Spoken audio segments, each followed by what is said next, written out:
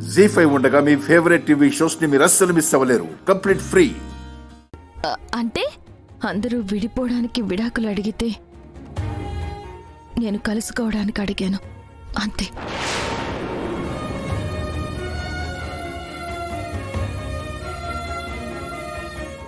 అర్థం కాలేదు కదా?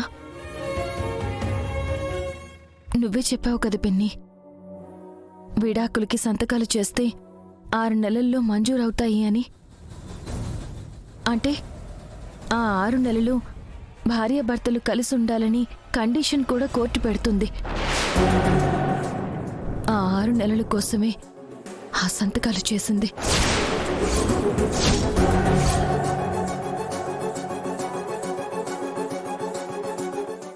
నా భర్తని నేను కాపాడుకోవడం నాకు ముఖ్యం. ఆయన గండాల బారిన పడకుండా చూసుకోవడం నా కర్తవ్యం. కానీ ఆ ఇంట్లోకి వెళ్లే వరకు నాకు ఆ అవకాశం లేదు.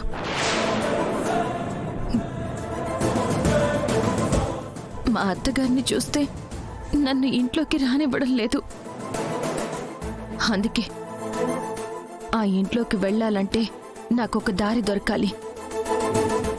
ఆ దారే ఈ విడాకుల దారి.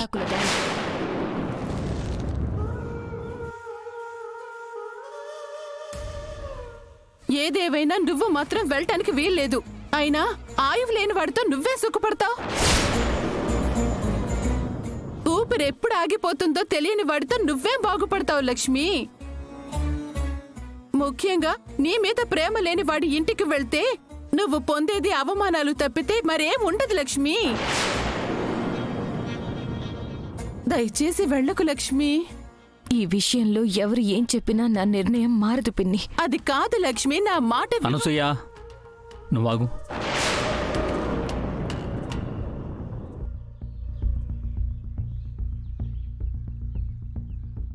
లక్ష్మి, నిన్ను అభిమానించని వ్యక్తుల మధ్యకి వెళ్తున్నావు. నీకు విలువివ్వని నీ భర్త దగ్గరికి వెళ్తున్నావు. అందుకేనమ్మా మనసు కొంచెం ఆందోళనగా ఉంది. కానీ మిత్రప్రాణం నీ వల్లే నిలబడుతుంది అంటే ఒక మానవతా దృక్పథంతో ఆలోచించి నిన్ను ఆపలేకపోతున్నానమ్మా. నా గురించి మీరేం కంగారు పడకండి బాబాయ్. ఈ 6 నెలల్లో ఏదో ఒక అద్భుతం జరిగి ఆ ఇంటి మనసులు, వ్యక్తిత్వాలు కూడా మారి ఆ మనీషాని దూరం పెట్టి మళ్ళీ నిన్న ఆ ఇంటి కోడలిగా వాళ్ళు అంగీకరించాలని నా మనసు కోరుకుంటుందమ్మా.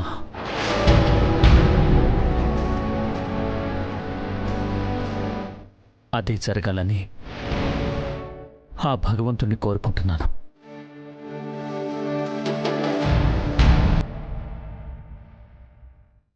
మిత్రగారికి దగ్గరైపోవాలను, ఆ కుటుంబం మళ్ళీ నన్ను చేరదీయాలను నేను వెళ్ళడం లేదు బాబాయ్. మిత్రగారు నా మెళ్ళలో తాళి కట్టినందుకు, ఆయన ప్రాణం కాపాడే బాధ్యత నా మీద ఉన్నందుకు మాత్రమే వెళ్తున్నాను. సరేనమ్మా, నువ్వు బయలుదేరావు. సరే బాబాయ్.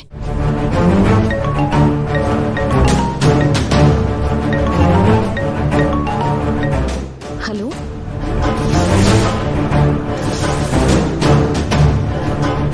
జీ5 యాప్ డౌన్లోడ్ చేసి అన్ని ఎపిసోడ్స్ పూర్తి ఉచితంగా చూడండి.